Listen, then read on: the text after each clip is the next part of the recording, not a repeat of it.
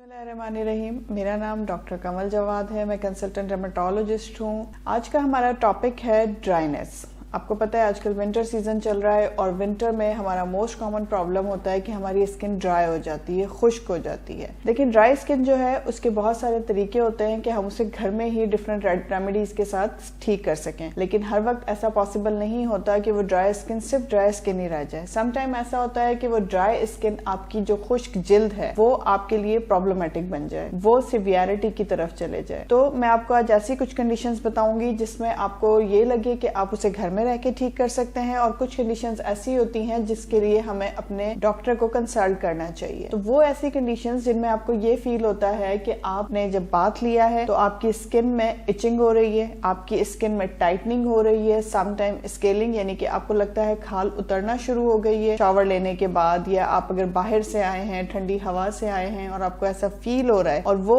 Skin continuously moisturiser use करने के बाद, पानी पीने के बाद भी, और डिफरेंट घर पे जो टोटके हम करते हैं उनके करने के बाद भी वो स्किन ठीक नहीं हो रही है, तो definitely you should consult with your dermatologist. तो ऐसी कंडीशंस जिसमें हमें अवॉइड करना चाहिए विंटर के सीजन में खास तौर पे, उनमें मैं आपको बताती हूँ। सबसे पहले तो ये कि हमें हॉट वाटर बाथ लेना चाहिए, बट उसमें थोड़ा गैप कर देना चाहिए। लाइक अगर हम यूजुअली उसमें हम डेली बाथ लेते हैं तो विंटर के सीजन में अवॉइड करना चाहिए कि हम डेली बाथ लें। अगर हम हीटर्स यूज करते हैं, अगर सेंट्रली हीटेड घर में रहते हैं, या फिर आतिशदान जलाते हैं, या फिर किसी भी किस्म की ऐसी हीट यूज करते हैं जिसकी वजह से हमारा जिस्म, हमारा रूम, हमारा घर गर्म रहे, तो डेफिनेटली हमें जरूरत होती है ह्यूमिडिफायर की साथ में, क्योंकि जब भी जिस जगह पर भी हीट होती है वहां से हवा में से मॉइस्चराइजर खत्म हो जाता है। ये सब कुछ ऐसी चीजें जो हमें अपनी डेली रूटीन में रखनी चाहिए। फॉर सपोज अगर हम नंबर 1 की तरफ आते हैं कि अगर हम गर्म पानी से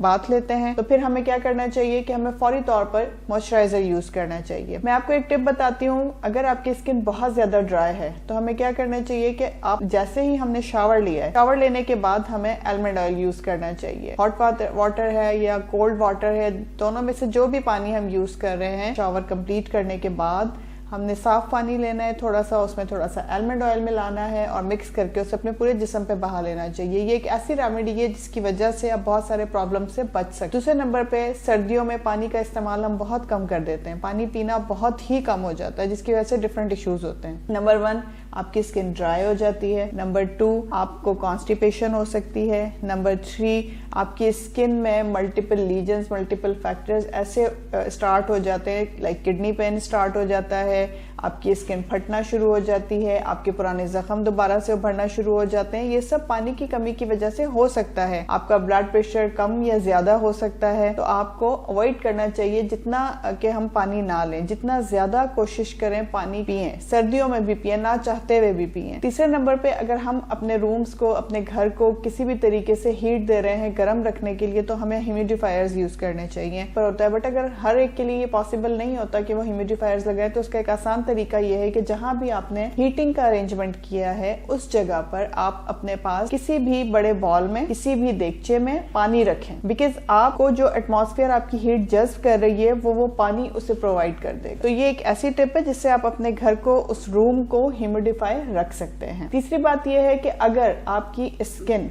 इन सब चीजों के बाद भी, मॉइस्चराइजर यूज करने के बाद और इन सब टोटकों को आजमाने के बाद भी ड्राई हो रही है, तो you should consult with your doctor, because skin में क्रैकिंग होना, लाइक वो फटना शुरू हो जाए, उसकी वजह से जख्म होना शुरू हो जाए, वो आपको तकलीफ देना स्टार्ट कर दें, एक्जिमा यानी कि ड्राइनेस की वजह से आपकी स्किन में इचिंग शुरू हो, जख्म बनना शुरू हो जाए, ऐसी चीजें डेवलप होने लगे, तो फिर आपको जरूर अपने डॉक्टर से कंसल्ट करना चाहिए। बिकॉज स्किन में अगर ये इश्यूज विंटर में स्टार्ट होते हैं तो स्टार्ट ये बहुत जल्दी हो जाते हैं, लेकिन ये खत्म होने में बहुत ज्यादा टाइम लगाते हैं। एक्जिमा, अगर हम एक्जिमा की तरफ आएंगे तो एक्जिमा एक ऐसी चीज है जो सिवियरिटी की तरफ आ जाती है ड्राइनेस की। वो सिर्फ ड्राइनेस नहीं रह जाती, फिर वो कॉम्प्लिकेशंस के साथ प्रेजेंट करती है। आपने जितनी भी ड्राइनेस देखी होंगी, जख्म देखे होंगे, आपने नोट किया होगा कि जब सर्दियों का मौसम आता है तो आपकी स्किन जो कि नॉर्मल रहती है गर्मियों में, वो खराब होना शुरू हो जाती है सर्दियों के मौसम में। तो सर्दियों के मौसम में अगर आप सोप से और डिटर्जेंट से अवॉइड करेंगे, ज्यादा यूज से, मतलब करते आप हैं, करना पड़ता है, बट अगर ऐसो को प्रेफर करेंगे जिसके अंदर मॉइस्चराइजर शामिल हो, अगर आप अपनी बॉडी पे लगाने के लिए मॉइस्चराइजर का इस्तेमाल ज्यादा रखेंगे, अगर आप अपने घर को ह्यूमिडिफाई रखेंगे, अगर आप पानी का इस्तेमाल ज्यादा रखेंगे, तो ये सब आपके लिए बेनिफिशियल होगा। ये आपको वर्स होने से बचाएगा, आपकी कंडीशंस को जो कि कॉम्प्लिकेशंस की तरफ जाए या जो आपको ड्राइनेस की तरफ लेके जाए या फिर ड्राइनेस को वर्स करके एक्जिमा की तरफ लेके जाए। बिकॉज एक्जिमा सिर्फ फिर एक्जिमा नहीं रहता, वो फिर और प्रॉब्लम्स क्रिएट करवा देता है। वो जख्म चाहे आपके सर में करवा दे, आपकी बॉडी में करवा दे, आपके लिप्स को इफेक्ट करता है, आपकी हील क्रैकिंग करवा सकता है। इसके अलावा आपकी बॉडी में जगह जगह ऐसे जख्म बन जाते हैं जिनको भरना थोड़ा सा मुश्किल हो जाता है। और अगर आप डायबिटिक हैं, आप हाइपरटेंसिव हैं, आपको शुगर है, ब्लड प्रेशर की बीमारी है, दिल की कोई तकलीफ है या व्हाटसोएवर कोई भी ऐसा प्रॉब्लम है जिनकी वजह से आप डिफरेंट मेडिकेशंस खाते हैं, तो आपके लिए और ज्यादा मुश्किल होता है उनको हील अप करवाना। तो इट्स बेटर कि आप इस मौसम में कुछ एहतियात करें जो बहुत जरूरी हैं, लेकिन अगर उन एहतियात के बावजूद भी आपकी स्किन कॉन्टिन्यूस खराब होती चली जा रही है और कंडीशन वर्स होती चली जा रही है, तो फिर आपको अपने डॉक्टर को जरूर कांटेक्ट करना चाहिए। तो ये कुछ ऐसी कंडीशंस हैं जिनमें हमें विंटर के सीजन में अवेयर रहना चाहिए, कुछ एहतियात करनी चाहिए जिनसे हम अपनी स्किन को खराब होने से बचा सकते हैं।